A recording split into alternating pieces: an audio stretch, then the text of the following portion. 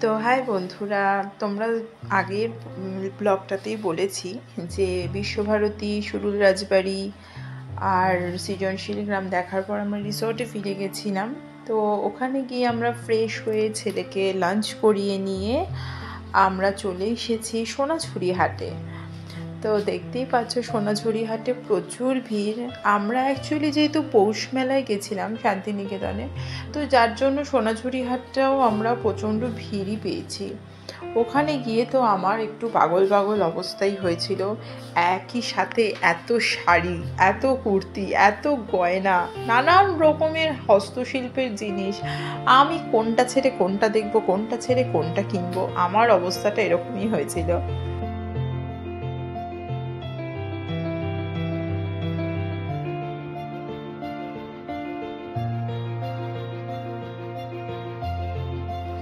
একই সঙ্গে এত কিছুর স্টক, ওরে বাবারে, আমার তো দেখে চোখ ধাঁধিয়ে যাচ্ছিল। কত রকমের শাড়ি, কত রং বেরঙের গয়না, আমি তো দেখে কোনটা ছেড়ে কোনটা কিনবো।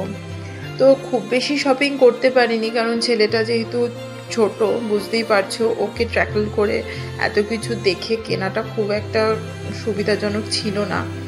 তো আমরা লাঞ্চটা কিন্তু করেছিলাম সোনাঝুরি হাটে একটা রেস্টুরেন্ট, ওদের নিজস্ব রিসর্টও আছে ওখানে, রামশ্যাম রিসর্ট। তো ওদেরই নিজস্ব একটা রেস্টুরেন্ট ছিল। তো প্রচণ্ড ভিড় থাকায় আমরা ওখানে সেভাবে কিছু ভিডিও বা ফটোগ্রাফি কিছু করতে পারিনি। জাস্ট গেছি, গিয়ে লাঞ্চটা করে আমরা সোনাঝুরি হাটে ঘুরেছি। দেখতে পাচ্ছ আমার ছেলে এখন নাচছে। ও তো বাউল গান শুনলে, মাদলের বাজনা শুনলে ওকে ধরে রাখতে পারে না নিজেকে। তো আমরা ওখান থেকে একটু এগিয়ে গেলাম, দেখলাম যে ওখানে আদিবাসীদের নাচ হচ্ছে।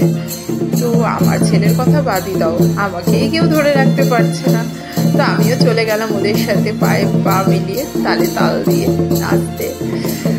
দেখো কেমন লাগছে আমার নাচ, বলো বন্ধুরা। এতটুকুও বাড়িয়ে বলছি না বন্ধুরা, আমার নাচ দেখে ওরা কিন্তু আমার প্রশংসা করেছে, আমাকে বলেছে যে ওদেরই ভাষায় বলেছে, আমি তো সেটা বলতে পারবো না, যে আপনি খুব সুন্দর নাচেন। তো আমার তো ওদের কাছ থেকে ফিরে আসতে ইচ্ছে করছিল না, মনে ছিল আরও নেচেই যাই নেচেই যাই নেচেই যাই।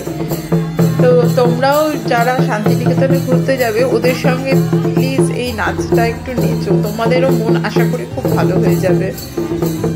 তো সেদিনকের মতন আমরা সোনাঝুরি হাট থেকে রিসর্টে ফিরে গেলাম। আর কোথাও আমরা সেদিনকে আর যাইনি, সারা রাত রিসর্টেই ছিলাম, ডিনার করে ঘুমিয়ে গেলাম। পরের দিন বাড়ি ফেরার পালা। ভালো লাগে কারোর বাড়ি ফিরতে, এই সুন্দর পরিবেশ ছেড়ে আমার তো যেতে ইচ্ছে করছিল না।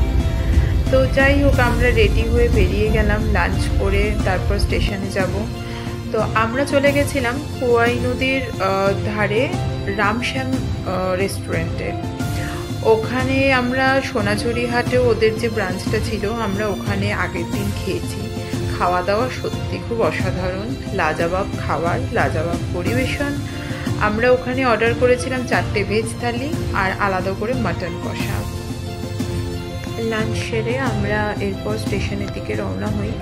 তো আমাদের ট্রেন ছিল কাঞ্চনজঙ্ঘা এক্সপ্রেস 3:45-এ। তো আমরা টাইমেই স্টেশনে পৌঁছে যাই, আর ট্রেনও টাইমেই চলে আসে। তো ট্রেনে উঠে আমরা একটু সবাই রিল্যাক্সই করছিলাম, কারণ যতই এটা একটা ট্রিপ হোক না কেন, একটা জার্নিতে সবাই টায়ার্ড থাকে। তো আমরা মোটামুটি শুয়ে বসেই ট্রেনে কাটাচ্ছিলাম। তো ওখানে স্টেশনে আমাদের কোনো অসুবিধা ফেস করতে হয়নি। ট্রেন আমাদের টাইমলি শিয়ালদা স্টেশনে নামিয়ে দিয়েছে। তো মোটামুটি 4 ঘন্টা মতো সময় লেগেছিল। আমরা ঠিকঠাকভাবেই পৌঁছে গেছি, কোনো রকম অসুবিধা হয়নি। যাই হোক, এবারের মতন তো এখানেই আমাদের ট্রিপটা শেষ হচ্ছে। মনটা একটু খারাপ তো করছেই, বাড়ি ফিরে আবার সেই অফিস, আবার সেই একই গতে ধারা রুটিন। তো তোমরা আমাকে জানিও যে আমাদের এই ট্রিপটা তোমাদের কেমন লাগলো, প্লিজ কমেন্ট করো। Thank you.